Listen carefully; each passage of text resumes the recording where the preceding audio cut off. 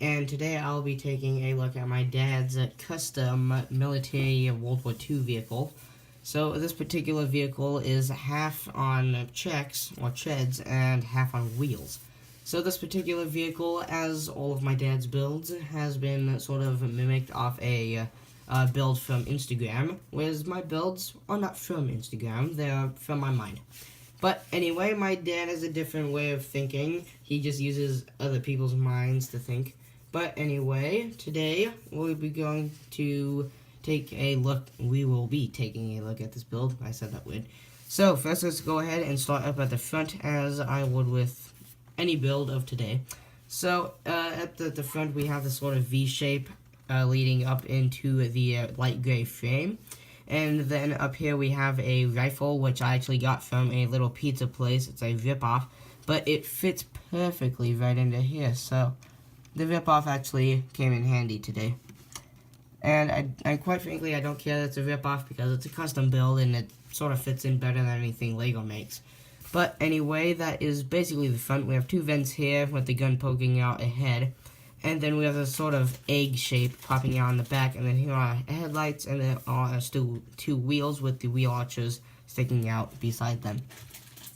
And then here on the left side, we can see the side of the sort of egg shape, a little bit of a ladder detail here, and then now we can see that this sort of V shape that we saw earlier is at a bit of an angle, as it is on a angle piece under there.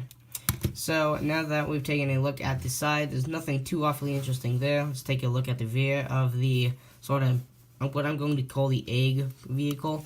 So at the rear of the egg vehicle, we have a door that opens up, and this is where soldiers would climb in and operate the guns and probably be able to hide down and pop out and shoot enemies and stuff like that. But anyway, once done, this flips up, and there you go. Now you're covered from there as well. And then on the right side of the build, we can see the side of the headlight again, and basically what is the other side. And the one thing that this really reminds me of is my custom T1 Cunningham, which is also from World War II. It's a Tier 1 American light tank, and it has the same color checks, brown and black, except this has a lot more brown than it does black. So I'm presuming that this was running out in the mud.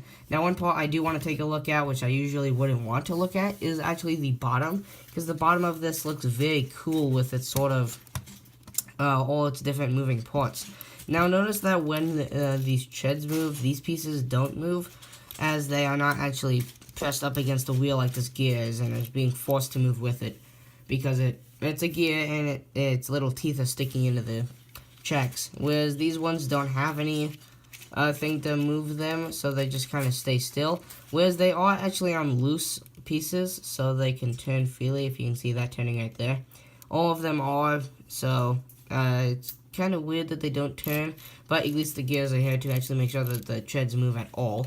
So other than that, this is basically the whole build. So real quick on the inside, that is everything in there. There aren't very many studs for figures to stand on, but if you really wanted to, you could probably rig something up with them holding onto the gun to get them to stay still, or you could open the door and get them to sort of hang on to something over here.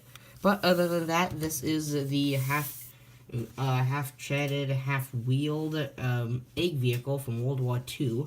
So thank you everybody for watching. If you guys enjoyed, make sure they subscribe, like the video, and follow us on Instagram. Thank you for watching, and bye for now.